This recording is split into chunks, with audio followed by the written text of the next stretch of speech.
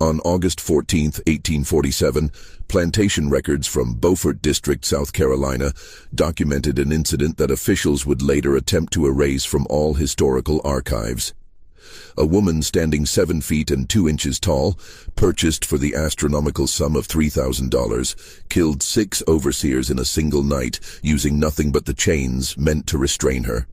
The Charleston Medical Journal briefly mentioned her autopsy before the entry was torn from every surviving copy, and 3 witnesses who testified at the subsequent inquiry disappeared within 18 months.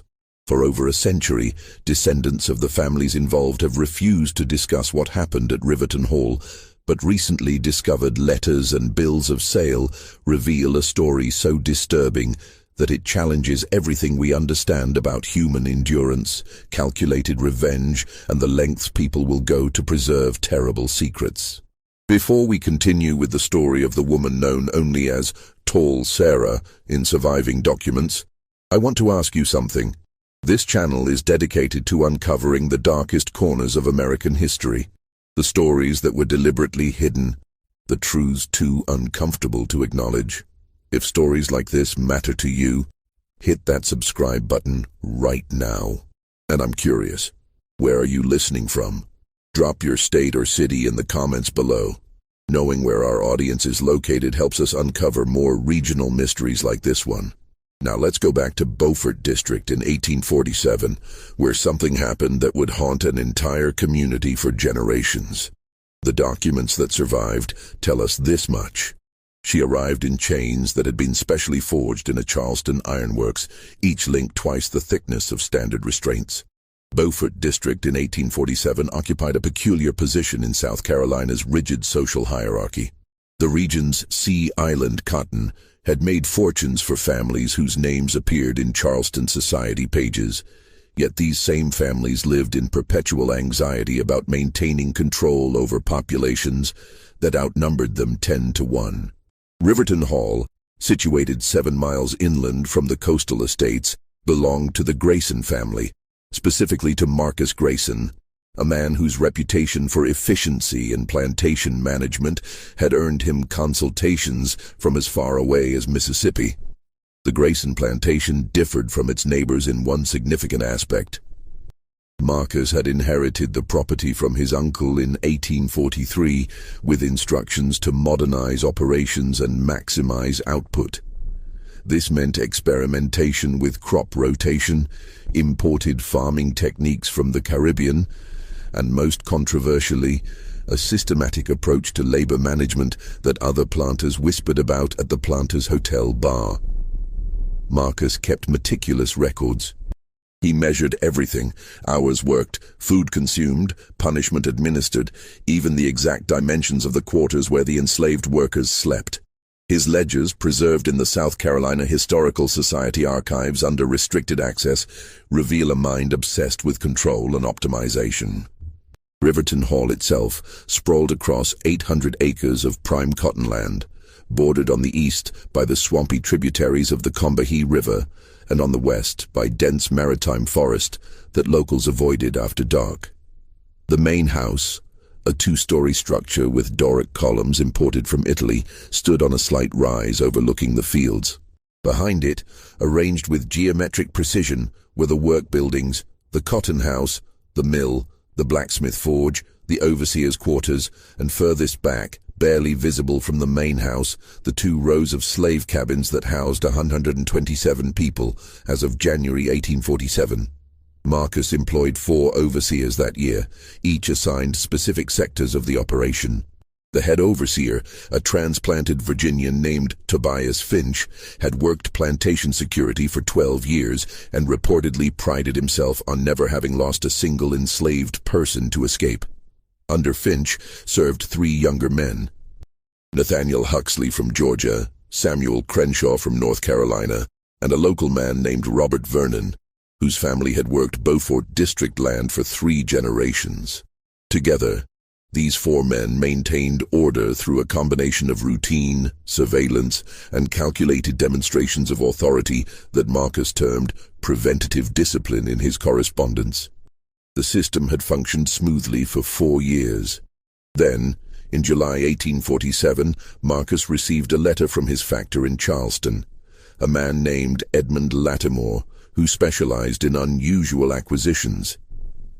The letter, now preserved in the Grayson family papers at the University of South Carolina, described an opportunity that might interest a planter of Marcus's progressive inclinations.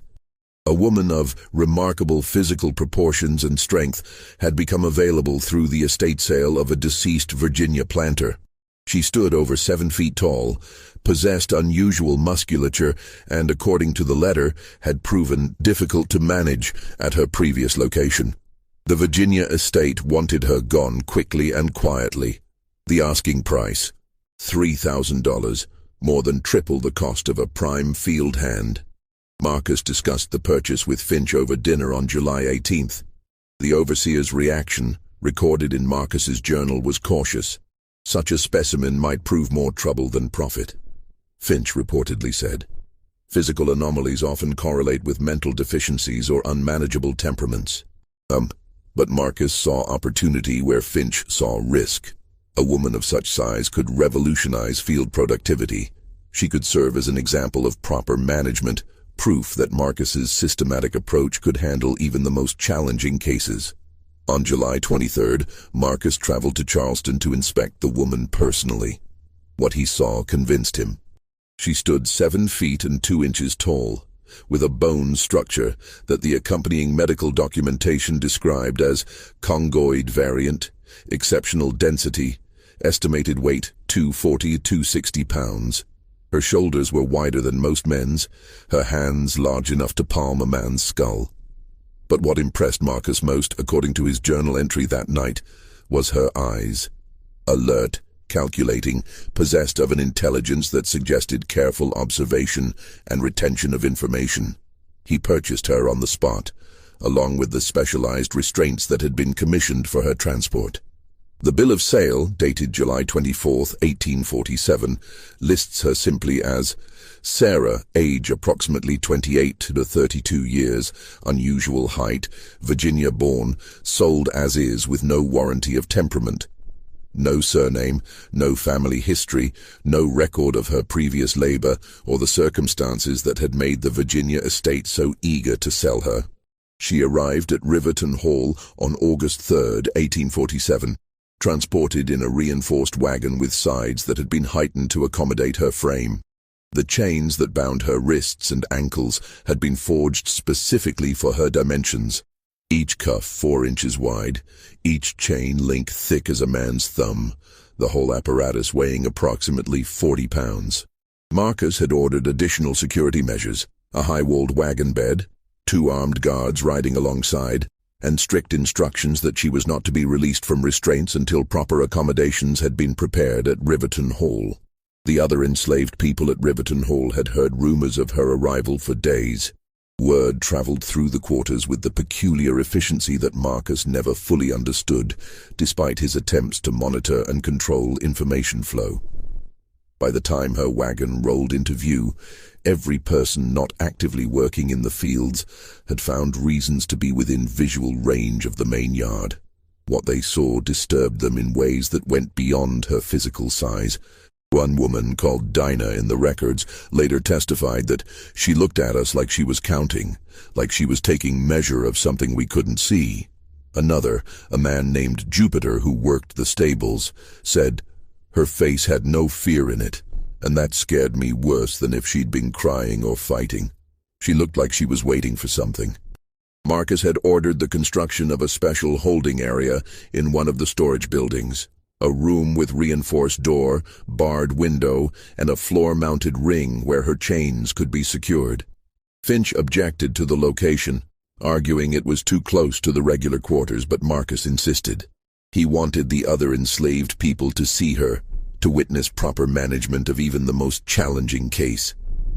It would serve, he believed, as both demonstration and deterrent. The first 3 days passed without incident. Sarah was fed twice daily, allowed limited movement within her secured room, and subjected to what Marcus called observational assessment. Finch and his men took turns watching her through the barred window, noting her behaviors, her responses to commands, her physical capabilities. Marcus visited personally each morning, accompanied by Dr. Samuel Pritchard, the local physician who maintained a side practice in plantation health management and had expressed scientific interest in examining someone of Sarah's unusual proportions. Dr. Pritchard's notes from those examinations, discovered in 1962 in the basement of a demolished Charleston Medical College, provide unsettling details. He measured her skull, her limbs, her bone density. He tested her strength by having her grip metal bars while he applied weight. He noted that her pulse remained steady even under stress, that her breathing never became labored, that she tolerated pain with a stoicism suggesting either unusual pain threshold or remarkable mental discipline. But what disturbed Pritchard most, based on his private journal entries, was her silence.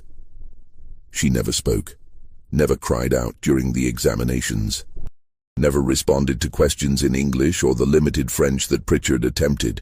She simply watched, her eyes following every movement in the room, her expression neutral except for occasional moments when Pritchard swore he detected something calculating, almost mathematical, in the way she studied the door hinges and chain attachments.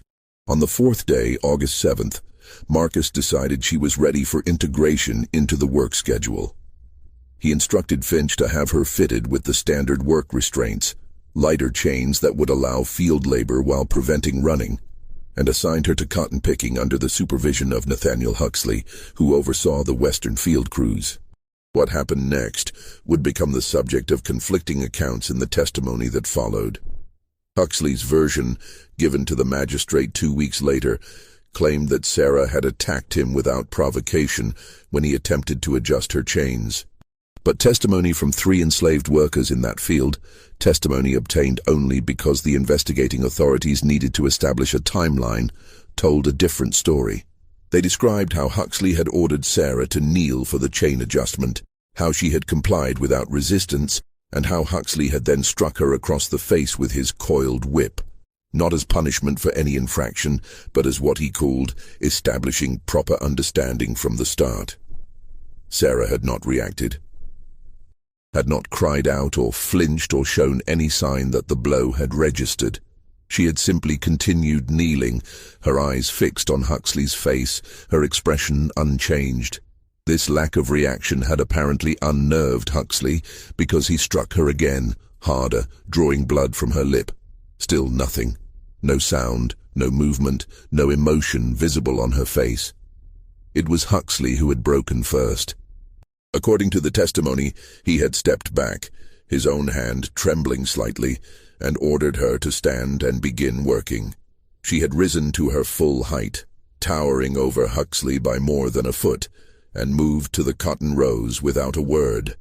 For the rest of that day, she worked with mechanical efficiency, picking cotton at a rate that matched 3 normal workers, never slowing, never resting, her chains rattling rhythmically as she moved through the rows.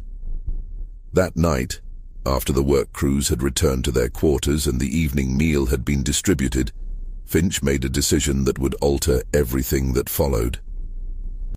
He instructed his 3 subordinate overseers to join him in conducting what he termed a comprehensive orientation session with Sarah.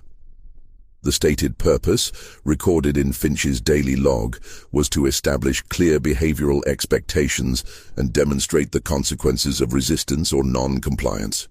The session was scheduled for 9 p.m. in Sarah's holding room, after the rest of the enslaved population had been locked in their quarters for the night. Marcus Grayson would later claim he had not been informed of this session in advance, though letters found in his desk drawer suggested otherwise. What is certain is that at approximately 8:45 p.m.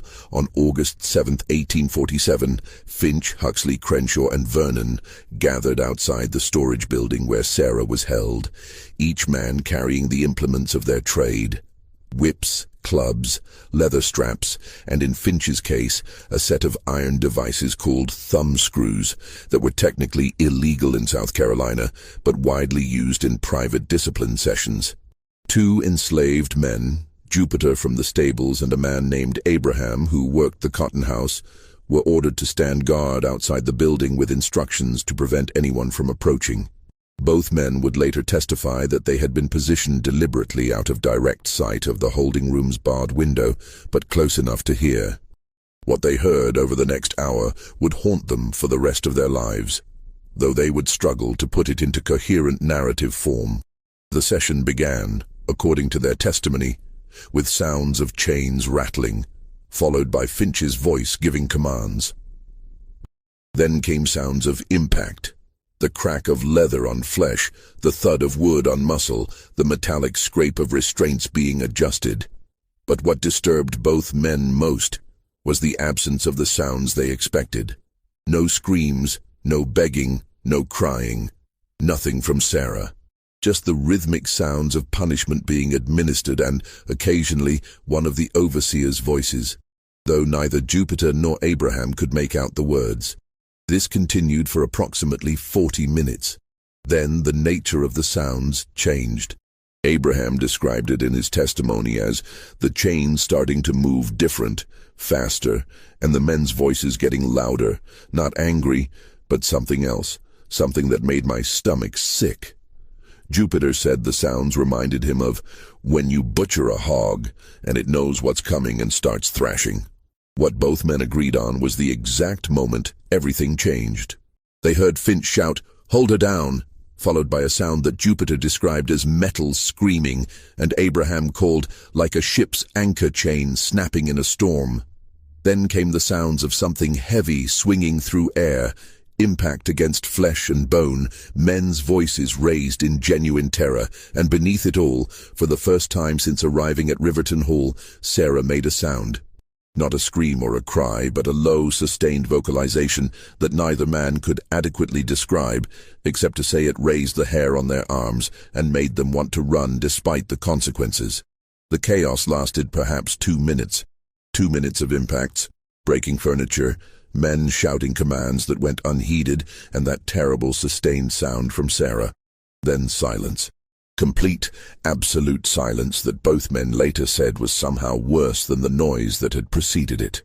Jupiter and Abraham stood frozen outside the building, neither willing to look through the window, neither willing to approach the door, both paralyzed by the implications of what they had heard and what that silence might mean.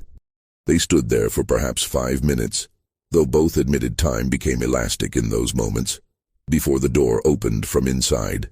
Sarah emerged, still chained but now holding approximately 6 feet of loose chain in her hands, the end links dripping something dark that reflected the moonlight. She was breathing heavily, the first time either man had seen her show any physical exertion, and her prison dress was torn and stained. She looked at both men with an expression that Abraham later struggled to describe. Not angry, not scared, just empty, like something had gone out of her and left something else behind. She walked past them without speaking, moving toward the main path that led through the plantation grounds. Her gait was measured, purposeful, and despite the 40 pounds of chains she still wore, she moved with a fluidity that seemed to contradict her size. Jupiter and Abraham watched her go, neither man moving to stop her, neither willing to look through that open door to see what she had left behind. It was Abraham who finally found the courage to approach the doorway and peer inside, though he would later say this was the worst decision of his life. The holding room, which measured approximately 12 feet by 15 feet, looked as though something massive and violent had occurred in a very confined space. The floor-mounted ring where Sarah's chains had been secured had been torn completely free from the floorboards, the surrounding wood splintered upward. Furniture that had been in the room, a small table, 2 chairs, had been reduced to fragments scattered across the floor. And there, in various positions around the room, were Finch, Huxley, Crenshaw, and Vernon. Abraham did not enter the room, did not need to. Even from the doorway, even in the limited light from the single oil lamp that had somehow remained lit through whatever had transpired, he could see enough to know that all 4 men were dead. The specific nature of their injuries would be documented later by Dr. Pritchard and the examining magistrate. But Abraham noted only that they looked like they'd been hit by something heavier than any human should be able to swing, and hit more times than you could count. He backed away from the door, turned to Jupiter, and said simply, "We need to wake Mr. Grayson." But Sarah was not running. Instead, she was walking methodically through the plantation grounds, following the main path toward the quarters where the other enslaved people were locked for the night. Several people, awakened by the sounds of the earlier disturbance, watched from their cabin windows as she passed. One woman, called Rachel in the records, later testified that Sarah moved like she had somewhere specific to go, like she was walking toward something she'd planned for a long time. Sarah stopped at the quarters building that housed the plantation's blacksmith forge and workspace. The door was locked, but this proved no obstacle. Using the chain still attached to her wrist cuffs, she broke the lock with 3 measured strikes and entered the building. People watching from nearby cabins could see her silhouette moving in the darkness, hear the sounds of metal on metal, see occasional sparks from the forge area. She remained inside for approximately 15 minutes. When she emerged, the chains that had bound her wrists and ankles were gone. In their place, she carried tools, a hammer, a chisel, something that looked like a pry bar. And she was walking toward the storage building that served as the plantation's secure facility for holding problematic enslaved people awaiting sale or transfer to harsher labor conditions. This building, constructed of heavy timbers with a reinforced door and no windows, held 3 people that night. 2 men who had attempted to run the previous month, and a woman who had fought with an overseer. Sarah approached the door and, using the tools she had taken from the forge, began dismantling the lock mechanism. It took her perhaps 5 minutes. 5 minutes during which more and more people in the quarters awakened and watched from their windows. No one quite understanding what they were witnessing, but all sensing that something fundamental had shifted in the power dynamics that governed their lives. When the door opened, the 3 prisoners emerged, blinking in the moonlight. Sarah did not speak to them, did not acknowledge them beyond a gesture toward the woods that bordered the western edge of the plantation. They stood frozen for a moment, clearly terrified of the consequences of accepting what she was offering. Then all 3 ran for the tree line and disappeared into the darkness. Sarah did not follow them. Instead, she turned and began walking toward the main house. By this time, approximately 30 minutes after Abraham had discovered the bodies in the holding room, Marcus Grayson had been awakened and had sent riders to fetch the magistrate and Dr. Pritchard. But before any authority could arrive, while Marcus barricaded himself in his house with his wife and 3 children and his loaded hunting rifle, Sarah reached the front steps of Riverton Hall's main residence. She did not attempt to enter, did not make threats or demands. Instead, according to testimony from enslaved people who witnessed the scene from various vantage points around the plantation grounds, she stood at the base of the steps, her 7-foot frame clearly visible in the light of the house's front lamps, and simply waited, watching the door with that same neutral expression that had disturbed so many people during her brief time at Riverton Hall. She stood there for 2 hours unmoving, as riders galloped away into the darkness to summon help. She stood there as the other enslaved people, realizing they were not being restrained or punished for watching, gradually emerged from their quarters and formed a loose semicircle behind her, not joining her but not opposing her either, simply bearing witness to something none of them had words to describe. She stood there as dawn began to lighten the eastern sky, and the true scope of what had happened began to reveal itself in the growing light. When the magistrate finally arrived at first light, accompanied by 6 armed men and Dr. Pritchard, they found Sarah still standing at the base of the main house steps, surrounded now by more than 70 enslaved people who had gathered through the night, all of them silent, all of them watching. The magistrate later described the scene in his official report as disturbing in its implications and organized appearance, suggesting premeditation rather than spontaneous uprising. Sarah offered no resistance when the armed men approached her with reinforced restraints. She allowed herself to be chained, new chains heavier than before that required 3 men to carry, and led away to a wagon that had been specially prepared for transport.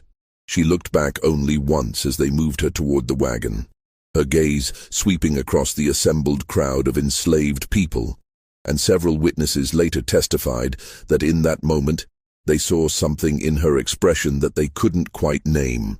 Not triumph, not satisfaction, but perhaps acknowledgement of something completed or begun. The wagon departed Riverton Hall at approximately 7 a.m. on August 8, 1847, carrying Sarah toward Charleston and whatever fate awaited her in the legal proceedings that would follow.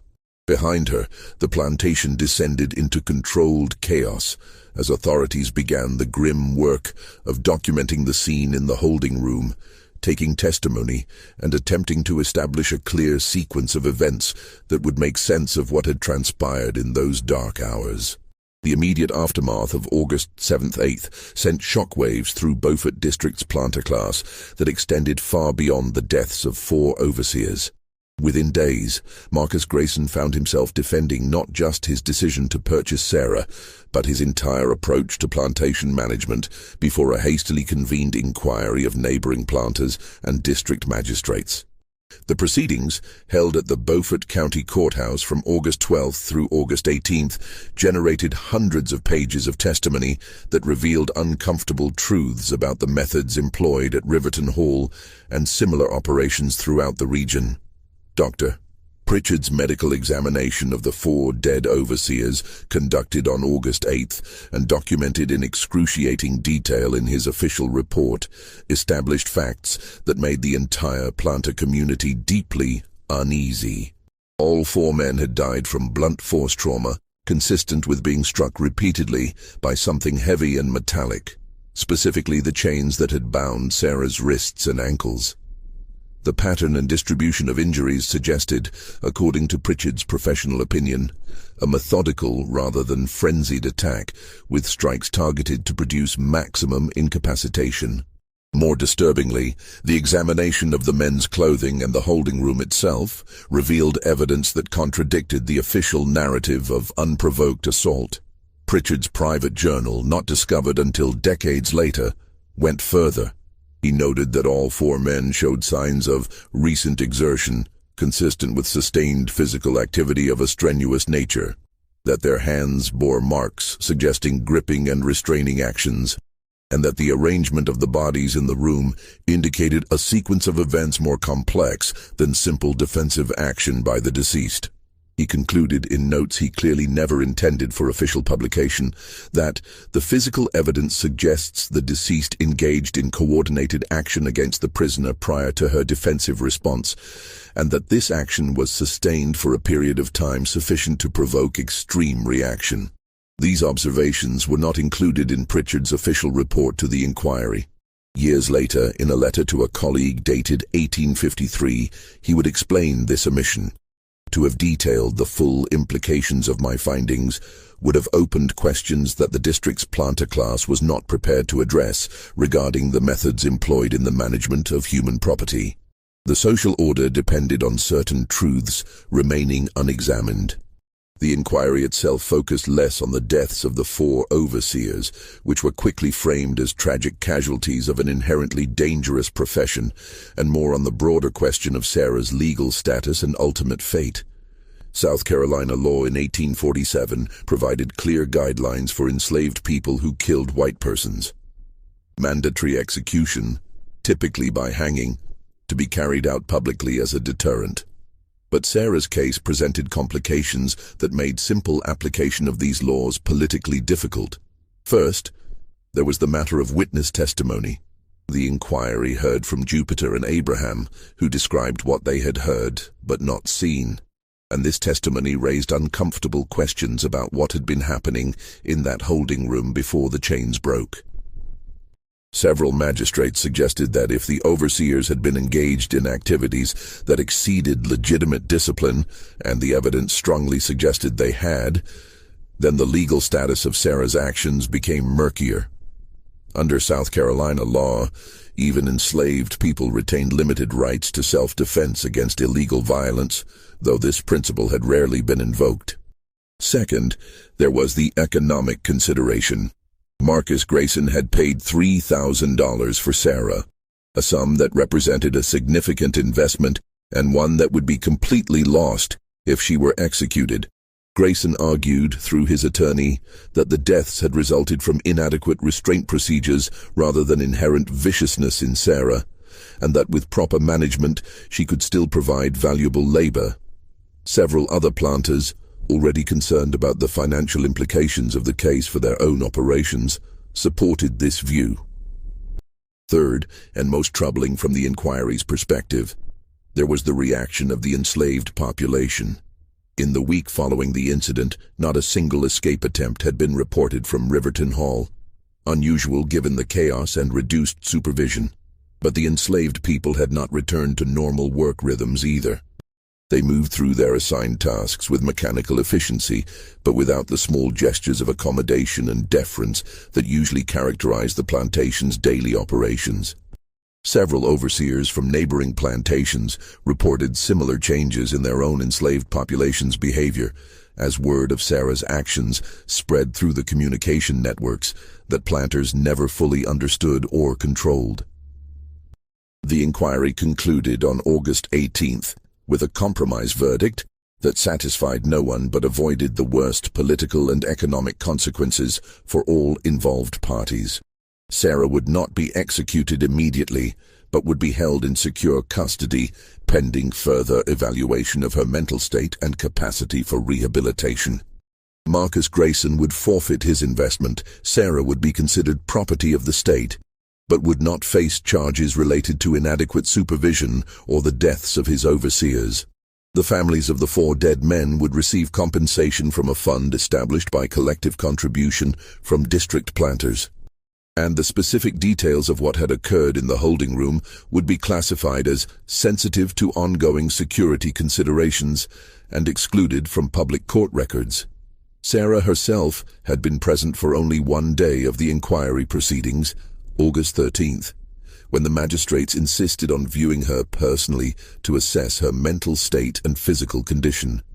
She was transported from the Charleston jail, where she had been held in a specially reinforced cell, and brought into the courthouse under heavy guard. Contemporary newspaper accounts from the Charleston Mercury and the Beaufort Republican describe the scene with language that reveals the deep unease her presence generated. The woman stood before the assembled magistrates with neither defiance nor submission visible in her bearing, wrote the Mercury's correspondent. She is of truly remarkable proportions, and her silence throughout the questioning, she would not or could not speak, even when directly addressed, created an atmosphere of profound disquiet in the chamber. Several gentlemen present remarked afterward that they had never encountered a human presence so unsettling in its opacity, as though one were looking at a door behind which terrible knowledge resided but could not be accessed. Dr.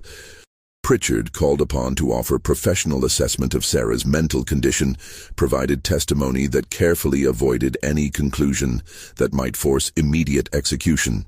He described her as mentally sound but selectively mute, possibly as a result of trauma experienced prior to arrival in this district. He noted that her physical examination showed evidence of extensive scarring consistent with chronic punishment or restraint over a period of years, and that her skeletal structure suggests either genetic anomaly or early childhood exposure to conditions promoting unusual growth. What Pritchard did not include in his official testimony, but recorded in his journal, was his private conviction that Sarah was not incapable of speech, but rather choosing silence as a form of control, that she understood everything said around her and was making calculated decisions about when and whether to respond. During his examination, he had attempted several tactics to provoke verbal response, including sudden sharp pain stimuli and unexpected questions. In each case, Sarah had maintained her silence, while her eyes tracked his movements with what he described as disconcerting precision and apparent analytical interest in my methods. Following the inquiry's conclusion, Sarah was returned to Charleston and housed in a secure facility normally used for enslaved people awaiting sale or transport. The city's magistrates faced a difficult question: what to do with a person who could not be legally executed without reopening uncomfortable questions but who could not be returned to private ownership given the liability she represented. The solution they arrived at would prove influential in shaping her fate for the next 3 years. Sarah was designated as state property pending assignment to appropriate secure labor. In practical terms, this meant she could be leased to government projects that required heavy labor, but could maintain the specialized security measures her case seemed to demand. Over the next 3 years, she was moved among several such assignments. A stone quarry outside Columbia, a rice processing facility near Georgetown, a railroad construction project in the interior, and briefly, a state-owned mining operation in the upcountry. Records from these various assignments are fragmentary and often contradictory, but certain patterns emerge from the surviving documentation. Sarah consistently performed labor at rates that exceeded normal expectations. One foreman at the railroad project estimated she accomplished in 8 hours what would normally require 12 to 16 hours from a standard work crew. She maintained her silence, except for rare instances when direct communication became necessary for safety or coordination, at which point she would speak in monosyllables, her voice described as surprisingly soft for her size, with accents suggesting Virginia or Maryland origin. More significantly, every facility that held Sarah implemented progressively more elaborate security measures after initial incidents suggested she was both extremely strong and alarmingly methodical in observing her surroundings. At the stone quarry, she was discovered to have loosened the bolts holding her chain-mounting ring over a period of weeks, not attempting escape, but apparently testing the construction. At the rice facility, she was found to have created a detailed mental map of the building's layout and routine, which only became apparent when she helped coordinate response to a fire in a manner suggesting she had planned multiple scenarios in advance. At the railroad site, workers reported that she studied the construction techniques used on bridges and trestles with an intensity that made supervisors uncomfortable, though she never attempted sabotage or escape. Each incident led to tighter restrictions, heavier chains, more frequent inspections.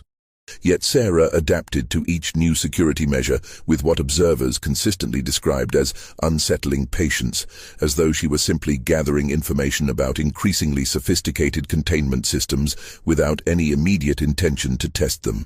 In Charleston, meanwhile, the long-term impact of the Riverton Hall incident continued to ripple through the district's social structure. Marcus Grayson, financially damaged by the loss of his investment and socially tainted by association with the disaster, sold Riverton Hall in 1849 and moved his family to Alabama, where he attempted to rebuild his reputation. The plantation passed through 2 owners in rapid succession, before being purchased in 1851 by a consortium that converted it primarily to rice cultivation and implemented management practices that deliberately contrasted with Grayson's systematic approach. Whether this represented genuine reformation or merely more careful concealment of similar practices remained debated among the enslaved commune. 90. The 4 dead overseers became something of a cautionary tale in certain circles, used by some to argue for more careful selection and training of plantation security personnel, and by others as evidence that certain management practices, however effective in the short term, carried unsustainable risks. Finch's widow received the largest portion of the compensation fund and used it to relocate to her family's home in Virginia. The families of Huxley, Crenshaw, and Vernon remained in Beaufort District, though they avoided discussing the incident in specific terms, referring to it obliquely as the trouble at Grayson's place in the rare instances when it came up in conversation. Among the enslaved community throughout the region, Sarah became something more complicated than a simple folk hero. Stories circulated about her, some accurate, many embellished or entirely invented, but the tone of these stories varied considerably, depending on who told them and in what context. Some people spoke of her with something like awe, as someone who had done what most could only imagine. Others expressed deep ambivalence, noting that her actions had led to increased security measures and heightened suspicion throughout the district, making everyone's daily life more difficult and constrained. Still others saw her as a cautionary tale about the cost of resistance. noting that despite killing 4 overseers, she remained in bondage and in conditions far harsher than most enslaved people endured. The 3 people Sarah had freed from the punishment building on that August night in 1847, 2 men and a woman, all successfully reached free territory, according to later accounts that filtered back through the Underground Railroad network. Their testimonies, recorded years later in Canada and Ohio, provided some of the most detailed descriptions of Sarah's physical presence and demeanor. All 3 emphasized her silence and the sense of inevitability she seemed to carry, as though she were acting out a sequence she had planned long in advance. One man described her as, like watching a storm approach. You knew something powerful was coming, but you couldn't stop it or understand it, only witness it. In 1850, a medical journal published a brief article titled Observations on Physical Anomalies in the Negro Race, authored anonymously but clearly based on Dr. Pritchard's examination of Sarah.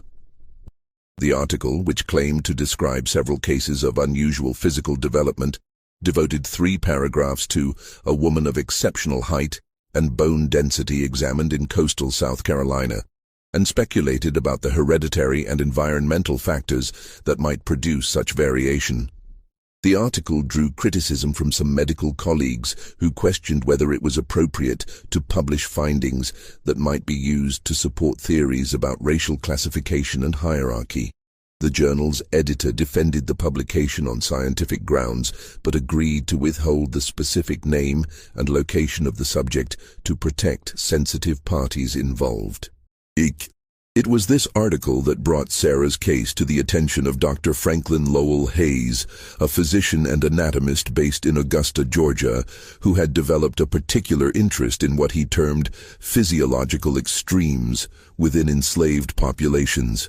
Hayes had published several papers arguing that such extremes represented valuable data for understanding human variation, and that the enslaved population provided an unprecedented opportunity for systematic study that should not be wasted. His interest in Sarah was not humanitarian, but scientific. He saw her as a potentially unique specimen whose anatomical structure might reveal principles applicable to broader theories about race, development, and human capability. In early 1851, Hayes wrote to the South Carolina authorities proposing that Sarah be transferred to his facility in Augusta for comprehensive medical study. His letter, preserved in the South Carolina Department of Archives and History, outlined an elaborate plan for systematic investigation of her physical and mental capacities under controlled conditions, with the results to be published in medical literature and potentially presented at the upcoming conference of the American Medical Association. He offered to assume all costs of her maintenance during the study period and suggested that the findings might have practical applications for plantation management and labor optimization. The proposal generated considerable debate among state officials. Some saw merit in Hayes's scientific arguments and appreciated that his offer would relieve the state of the ongoing cost and security concerns associated with holding Sarah. Others questioned whether the study would simply provide opportunity for Hayes to profit from publication while exposing South Carolina to renewed attention regarding an incident most preferred to forget. The enslaved community, to the extent that word of the proposal reached them through the various informal networks of communication, reacted with deep suspicion, seeing in Hayes's plans something more sinister than simple scientific inquiry. The decision regarding Hayes's proposal was still under consideration when an event occurred that forced the issue and ultimately determined Sarah's fate. On the night of March 17, 1851, at the state-owned mining operation near Newberry, where Sarah had been assigned for the previous 4 months, something happened that would never be fully explained, despite extensive investigation and multiple inquiries over the subsequent months. The Newberry mining facility operated extracting iron ore, employing approximately 40 enslaved workers. Sarah had been assigned to hauling ore, work that utilized her exceptional strength while keeping her above ground where she could be monitored. The night guard, Thomas Rutledge, reported hearing unusual sounds around 2 a.m. coming from the mine entrance. He found Sarah standing there despite being locked in quarters, her chains removed though she still wore the cuffs. She held a sledgehammer and had been striking the main support beam across the mine entrance. Rutledge raised his rifle and ordered her to drop the hammer. Sarah turned to look at him with what he described as perfect calm despite the rifle pointed at her. She set down the hammer and walked toward him slowly. When he shouted for her to stop, she did, 20 feet away, and spoke in complete sentences for the first time in anyone's documented experience. "That support beam is cracked," she said in educated English with a Virginia accent. "The mine will collapse. Everyone working inside come morning will die. I was trying to mark it so you'd see." When other guards arrived, the supervisor, Gerard Kinsmore, examined the beam and found a significant crack that would likely have caused catastrophic collapse during the next day's operations. Sarah had potentially saved multiple lives, but she had also escaped her restraints and taken tools without permission, actions that normally merited severe punishment. Investigation revealed disturbing facts. Sarah had been systematically weakening her restraint mechanism over weeks through patient manipulation of bolt threads. Mine workers reported she had been speaking occasionally with them, asking detailed questions about mining operations and structural engineering. One worker said Sarah had spent an entire meal asking about ore cart pulley systems, like she was trying to learn how to build one herself. These revelations shattered the narrative that Sarah was mentally deficient. She was highly intelligent, observant, and capable of long-term planning. State authorities faced an impossible choice: punish her for the violation while she'd prevented disaster, transfer her to even higher security, or accept Dr. Hayes's proposal and make her someone else's problem. In late April 1851, they chose the latter. Sarah was transferred to Hayes's custody in Augusta under strict conditions. Hayes would assume full responsibility for her security and provide regular reports to South Carolina authorities. Hayes's facility was a converted warehouse fitted with reinforced cells and examination rooms. Over nearly 3 years, Hayes conducted what he termed comprehensive study of Sarah's physical and mental characteristics. His methods, documented in journals discovered after his 1874 death, would be considered unethical by any standard. He subjected Sarah to batteries of physical tests, invasive anatomical measurements, psychological manipulations, and extended periods of isolation, all ostensibly for scientific documentation. Through it all, Sarah maintained her pattern: silence except when speech served a purpose, compliance with physical procedures but resistance to psychological manipulation, and constant observation of everything around her. Hayes grew increasingly frustrated with what he called the subject's refusal to provide spontaneous responses. He noted that Sarah seemed to study him as intently as he studied her, adapting her behavior to minimize invasive procedures. In September 1852, Hayes designed an experiment with mechanical puzzles that needed solving in sequence to unlock a door. Sarah solved them in half his estimated time, but then she spent additional time examining each mechanism in detail. When Hayes questioned this, Sarah responded, "I wanted to understand, so I could build one if I needed to." This disturbed Hayes profoundly. If Sarah had spent years learning how restraints, locks, and security systems worked, she had essentially been receiving an education in exactly the skills that would make her most dangerous. By spring 1854, Hayes noted Sarah had become more communicative, engaging in conversations that exceed minimal necessary responses. She began asking questions about his research, about medical principles, about anatomy and physiology, particularly about which points on the human body were most vulnerable to injury. Hayes realized too late that she was conducting her own research project, with myself as the unwitting subject. In August 1854, exactly 7 years after Riverton Hall, Hayes hosted 5 medical colleagues to observe his research subject. The demonstration included Doctors Pritchard, Lattimore, Constantine, Thornhill, and Mercer. When Hayes attempted to demonstrate Sarah's pain tolerance through deliberate infliction of suffering, several physicians objected strongly. The resulting argument created tension that ended the demonstration early. As they prepared to leave, Dr. Pritchard asked Sarah if she had been treated well. She responded with remarkable calm. Treatment, doctor, is relative to expectations. I expect nothing, and therefore I am never disappointed. The simple statement created profound silence.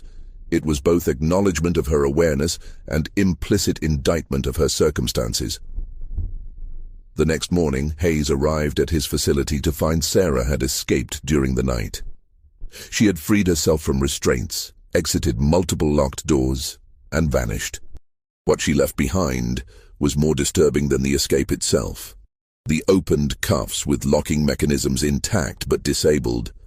A detailed drawing of Hayes's facility layout showing room functions and guard routines, and a note in clear handwriting. The note read, "Dr. Hayes, I thank you for the education you provided, though not the education you intended. You taught me how the body fails and where it is vulnerable. You taught me how men think when they believe they are safe and in control. You taught me patience by testing mine. I have decided my lessons are complete. I am going north. If you pursue me, I will use what you taught me.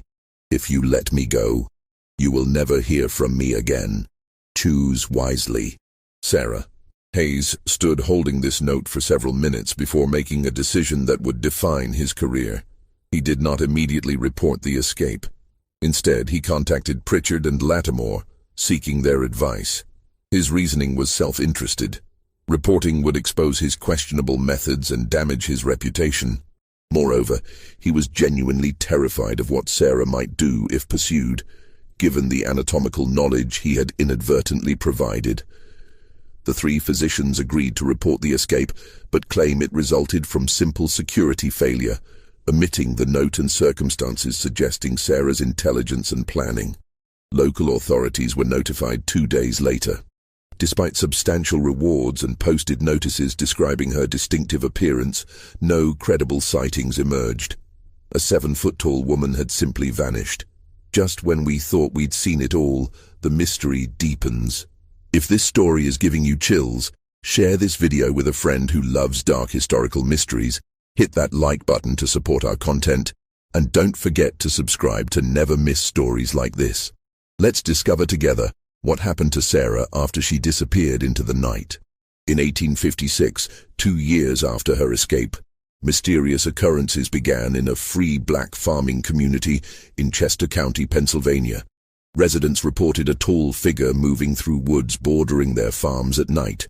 Someone who moved with surprising silence despite her size, never threatening but always observing, as though studying the rhythms of free life from a careful distance.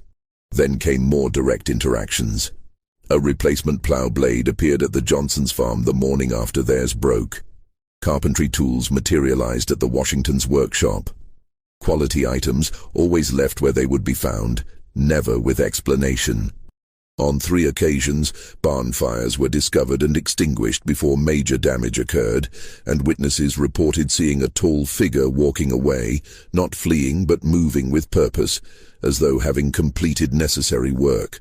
The community's leader, Isaiah Freeman, a blacksmith who owned his farm and workshop free and clear, began leaving written messages at locations where the figure had been seen. His notes expressed curiosity rather than hostility, offering welcome to someone who seemed to need help. For weeks, silence. Then, in October 1856, Freeman found a response written in charcoal on birch bark. "I mean no harm to your community. I am learning how free people live. I need to understand before I can join. I will remain at a distance until I know I will not bring danger to you. S." Freeman and other leaders discussed this message at length, puzzling over what danger the writer feared bringing. They crafted careful responses asking for direct meeting, for clarification.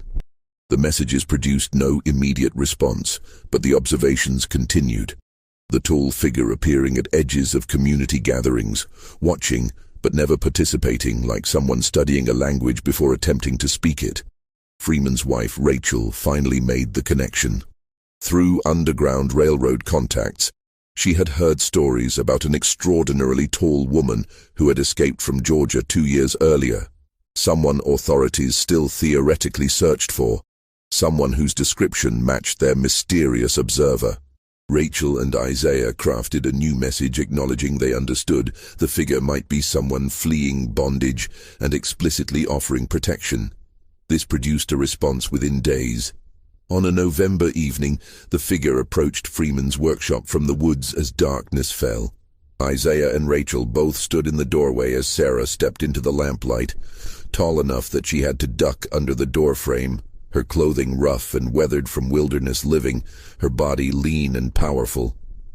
But what struck them most was her eyes, intelligent, careful, like someone who had learned that every interaction might be a trap. "I'm the person from the Georgia Notices," Sarah said quietly, her voice softer than they expected from someone her size. "But I was held illegally at the time of my departure, and I killed no one during the escape itself. I've been living in the woods for 2 years, moving north, avoiding people whenever possible." Isaiah asked why she hadn't sought help from Underground Railroad operators or abolitionist communities. Sarah's response revealed the depth of her wariness. "I learned in bondage that people who claim to want to help me usually want to use me for their own purposes. I needed to be certain your community was different before I trusted my freedom to anyone." Over the following weeks, a tentative relationship developed. Sarah worked at the Freeman farm, primarily at night or early morning, helping with heavy tasks, moving equipment, breaking ground for spring planting, repairing barn structures. She lived in a small shed at the wood's edge rather than in the main house, clearly uncomfortable with enclosed spaces and proximity to others. She spoke little and avoided everyone beyond the Freemans themselves, watching and listening more than participating. Rachel Freeman took particular interest in helping Sarah adjust. She brought meals to the shed, sat with Sarah during evening hours, asked gentle questions that didn't demand answers. Slowly, fragments of Sarah's story emerged. Her childhood in Virginia, sold away from her mother at age 11. The years moving among labor sites, always valued for strength, but always suspected. And Riverton Hall, Sarah spoke of it only once, briefly. "They were doing things that would have killed me eventually. I decided if death was coming either way, I would choose the version where I survived." She spoke more about Dr. Hayes's facility, explaining how she had gradually realized his experiments were teaching her valuable anatomical knowledge, even as they were designed to extract information from her. "He thought he was studying me," Sarah told Rachel during one evening conversation, "but I was studying him back, learning how bodies work, where they're weak, how to disable someone efficiently. I figured if I was going to escape, I needed to know these things. He gave me the education I needed to be free." This revelation disturbed the Freemans. They realized they were sheltering someone with both the physical capability and technical knowledge to be genuinely dangerous. They discussed whether to ask her to leave, weighing their commitment to helping escaped people against responsibility to protect their community. Finally, they decided to have a frank conversation with Sarah about their concerns. When they raised the issue, Sarah's response surprised them. She sat silent for a long moment, then said, "I understand your fears. They're reasonable. I learned violence as a survival tool, and I'm good at it. But I don't want violence to define me anymore. I want to learn how to live without it, how to exist in a community without being either victim or threat. That's why I watched your community for months before approaching, to learn if such a life was even possible." She paused, looking at her hands, those large, powerful hands that had killed 4 men and broken chains and built a life in wilderness. "In the woods, I was free but alone. I survived, but I wasn't living. I want to learn how to do both, to be free and to live among people. That's what I'm asking you to teach me." This conversation marked a turning point. Sarah began appearing during daylight hours, helping with community construction projects where her exceptional strength made tasks easier that would normally require complex equipment or many workers. She attended evening gatherings at the Freeman home, sitting quietly and listening to conversations about crops, weather, local politics, the small dramas of community life. She began learning to read and write more formally. She had picked up basic literacy over the years, but had never had systematic instruction. Rachel Freeman became her teacher, and Sarah proved a dedicated student, practicing letters by lamplight in her shed until late each night. Children in the community, less burdened by adult fears and assumptions, approached Sarah with natural curiosity. They asked direct questions about her height, about where she came from, about what it was like to be so tall. Sarah answered them honestly but simply, and soon several children began visiting her shed in the evenings, watching her work on carpentry projects or asking her to lift heavy objects just to see her do it. The adults noticed that Sarah was most relaxed around the children, that something in her guarded expression softened when a child asked her to help retrieve a ball from a high branch or to show them how to use a hammer properly. By spring 1857, Sarah had become a visible if still somewhat mysterious member of the community. She had learned to navigate social interactions with more ease, though she remained quiet and preferred listening to speaking. She had begun helping at other farms beyond the Freemans, offering labor in exchange for learning different skills: coopering, leatherwork, weaving. She was, Isaiah Freeman noted in his journal, like someone building herself a complete education in how to be a free person, learning everything she was denied during bondage. Just when we thought we'd seen it all, the horror in Sarah's past threatens to catch up with her. If this story is giving you chills, share this video with a friend who loves dark mysteries. Hit that like button to support our content. And don't forget to subscribe to never miss stories like this. Let's discover together what happens next. But this progress was threatened when news reached Chester County that a man claiming to be a slave hunter from South Carolina was making inquiries in nearby towns about an unusually tall woman living in the area.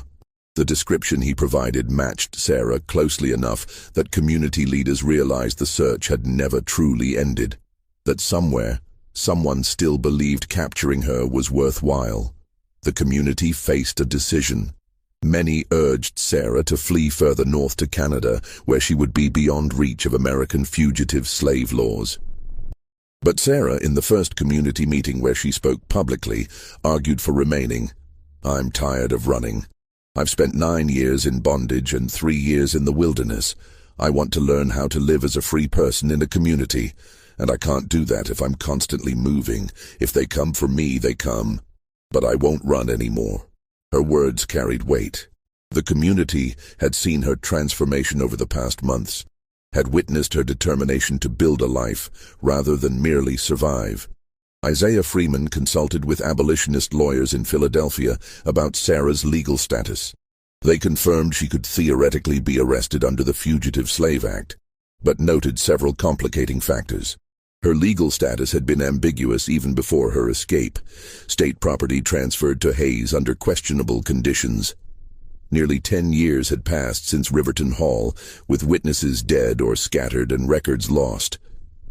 Most importantly, pursuing her case would reopen discussions about what had happened at Riverton Hall and in Hayes's facility, discussions that multiple powerful people had strong incentives to prevent.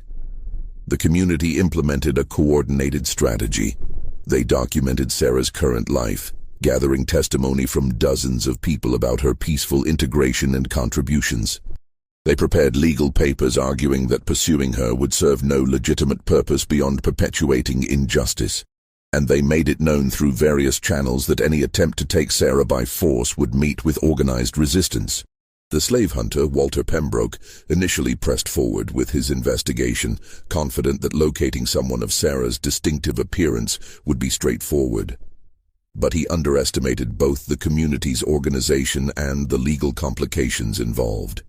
When he attempted to obtain official warrants, he found himself entangled in bureaucratic requirements to demonstrate clear ownership. When he made informal inquiries, he encountered coordinated silence and active misdirection. After several weeks, Pembroke received instructions to abandon pursuit. Correspondence discovered years later suggested Dr. Hayes himself, contacted about providing ownership documentation, had advised against continued effort. Hayes had written that The subject in question has demonstrated remarkable capacity for resistance. The cost and risk of recapture likely exceed any potential value to be derived therefrom. Some battles are better left unfought. The immediate threat passed. Sarah remained in Chester County, and the community's successful resistance to Pembroke's efforts strengthened their collective identity and resolve. For Sarah, the experience provided something she had never known before: the feeling of being protected rather than merely tolerated, of being worth defending, of belonging to something larger than herself. The years that followed transformed Sarah in ways that went deeper than her external circumstances. She purchased 5 acres of land adjacent to the Freeman property with money earned from her labor, using skills learned from the community to build her own small cabin. She worked her land, grew her own food, and continued hiring out for projects requiring her exceptional strength. But more importantly, she began the slow, difficult work of learning to live without the constant vigilance that bondage had required. Rachel Freeman documented this transformation in her journal entries over the years. In 1858, she wrote, "Sarah is learning that not every sound means danger, that not every question is a trap." Last week she laughed at something Isaiah said, the first time I've heard her truly laugh, rather than just acknowledge humor. The sound was strange, as though she had to remember how, but it was real. By 1860, as the nation moved toward the Civil War that would finally destroy the institution that had defined Sarah's early life, she had built something that would have seemed impossible during her years at Riverton Hall. She attended community gatherings regularly, contributed to collective decisions, and had even begun teaching younger people practical skills: carpentry, blacksmithing, basic mechanics. The children who had first approached her with curiosity now sought her out for lessons, and Sarah proved a patient if demanding teacher. When war came, Sarah contributed to the Union cause in practical ways. She helped construct earthwork fortifications for Pennsylvania militia units, preparing to defend against potential Confederate incursions. She provided labor for military supply operations, using her strength to move materials that would normally require teams of men or horses. She donated food from her farm to support regiments passing through the region. But she refused all requests to speak publicly about her experiences or to allow herself to be used as a symbol in abolitionist propaganda. "I am not a story for other people to tell," she told one persistent journalist who had tracked her down, hoping for an inspiring tale of escape and triumph. "I'm a person trying to live a life. If my existence proves something about human capability or resilience, fine. But I won't perform my trauma for anyone's political purposes, no matter how righteous they believe their cause to be." After the war, as Reconstruction struggled forward and formerly enslaved people throughout the South attempted to build lives in freedom, some people who knew Sarah's story suggested she might pursue legal claims. Compensation for her years in bondage, perhaps, or formal acknowledgement of wrongs done to her. Sarah declined even to consider such efforts. Going back to that life, even to seek justice, would give it more power over my present than it deserves, she explained to Isaiah Freeman. "I prefer to live forward rather than looking back. The system that held me doesn't exist anymore. The men who abused me are dead or old. What would I gain by dredging up those years except more pain? I'd rather spend my energy building something good than fighting ghosts." But Sarah did speak occasionally about her experiences in carefully chosen contexts. She talked with other formerly enslaved people who struggled with the transition to freedom, sharing what she had learned about building a life after trauma. She advised young people in the community about patience, about the long work of healing, about choosing who you wanted to become rather than being defined by what had been done to you. In 1867, a young woman named Clara arrived in Chester County after escaping from Maryland. Clara was tall, not as tall as Sarah, but tall enough that she had been singled out for harsh treatment and constant surveillance during bondage. She arrived traumatized, unable to sleep in enclosed spaces, flinching at sudden movements, speaking only in whispers. The community brought her to Sarah. Over the following months, Sarah and Clara spent hours together. They worked side by side in Sarah's fields, Clara gradually learning that physical labor could be chosen rather than forced. They sat together in the evenings, Sarah talking quietly about her own journey from survival to living. Rachel Freeman noted in her journal that Sarah is teaching Clara what Sarah herself had to learn alone, that freedom is not just absence of chains, but presence of choice, and that learning to make choices after years of having none is its own kind of difficult work. Clara eventually built her own life in Chester County, establishing a small farm and becoming a valued member of the community. Years later, she would say that Sarah had saved her life, not through dramatic rescue, but through patient example of what was possible, through proof that someone could survive terrible things and still become whole. As Sarah moved through her 40s and into her 50s, she became an elder figure in the community, someone younger people sought out for advice, someone whose presence at community discussions carried weight, someone whose story was known but not defined by trauma. She remained physically impressive, her strength enduring well past the age when most people began to slow. She remained quiet, preferring action to words, but she had learned to exist openly, to accept help when offered, to allow herself to be cared about. In 1872, Rachel Freeman recorded a conversation that captured something essential about Sarah's journey. They had been discussing Sarah's past, a rare occurrence, as Sarah still spoke little about those years. Rachel asked whether Sarah ever regretted the violence at Riverton Hall, whether she was haunted by having killed 4 men. Sarah was quiet for a long moment before responding, "I don't regret what I did. Those men made their choices and I made mine. What haunts me isn't the violence itself, but how much of my life was consumed by simply surviving. I learned to read at 30. I learned real mathematics at 32. I discovered I enjoyed building things, creating rather than destroying, only after I escaped. How much of me was lost in those years when all my intelligence and strength were devoted just to enduring?" She looked at her hands.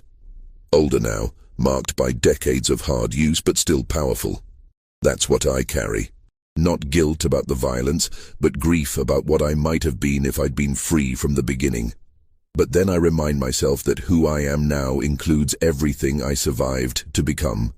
The lost years made me, even as they took from me. I contain both the loss and what I built from it." When Sarah died in January 1889 at approximately 65 years old, her passing marked the end of an era for Chester County's Black community. Her funeral was attended by more than 200 people, formerly enslaved people who had known her story and been inspired by it, children she had taught who were now adults with children of their own, neighbors who had worked alongside her for decades, and people who had traveled from other states specifically to pay respects to someone whose life had meant something beyond its individual circuit. Miss Dances. The community erected a simple stone marker at her grave, bearing her name and years of life, with one additional line, "She survived to live." No mention of her extraordinary height, no reference to Riverton Hall or the violence that had marked her years in bondage, no dramatic narrative of escape and triumph, just acknowledgement of the fundamental achievement of her life, that she had not merely survived terrible circumstances, but had learned to live fully beyond them. Isaiah Freeman, speaking at her funeral, said simply, "Sarah taught us that freedom is not given by the absence of chains, but earned through the daily choice to live openly, to risk connection, to build rather than merely survive." She showed us that healing is possible, even from the worst wounds, that transformation is real, that who we choose to become matters more than what was done to us. We are all better for having known her. In South Carolina, the Grayson plantation eventually disappeared entirely. The land subdivided and sold to multiple owners after decades of changing hands. The buildings where Sarah had been held fell into ruin, gradually reclaimed by the forest and swamp. No historical marker was ever placed there. Local historians occasionally noted the property's history in academic papers, but the details remained obscured behind euphemistic language about labor difficulties and management challenges. Dr. Hayes's research papers, published posthumously by his daughter in 1876, generated brief controversy in medical circles before fading into obscurity. Some praised the comprehensive documentation, while others condemned the ethics of his methods. The debate eventually died as other research directions emerged. But Hayes's name remained tainted by association with questions he had preferred to avoid about the cost of knowledge gained through exploitation. The 4 overseers who died at Riverton Hall, Finch, Huxley, Crenshaw, and Vernon, gradually disappeared from even local memory, their names surviving only on weathered gravestone markers in various Beaufort district cemeteries, with no indication of how they had died or what they had been doing on that August night in 1847. What do you think of this story? Do you believe everything was revealed, or are there still secrets buried in those forgotten plantation records and destroyed journals? What do you imagine Sarah thought about during those 2 years alone in the wilderness, learning to live without chains, but not yet ready to live with others? Leave your comment below and let me know what stands out to you most about this case. If you found this story compelling and want to hear more forgotten histories from America's darkest chapters, subscribe to the channel and hit that notification bell. Share this video with someone who appreciates stories that challenge our understanding of human endurance and resistance. And remember, history isn't just about the events that made it into official records. It's also about the people who lived through circumstances so terrible that the only way forward was to become something new entirely. See you in the next video.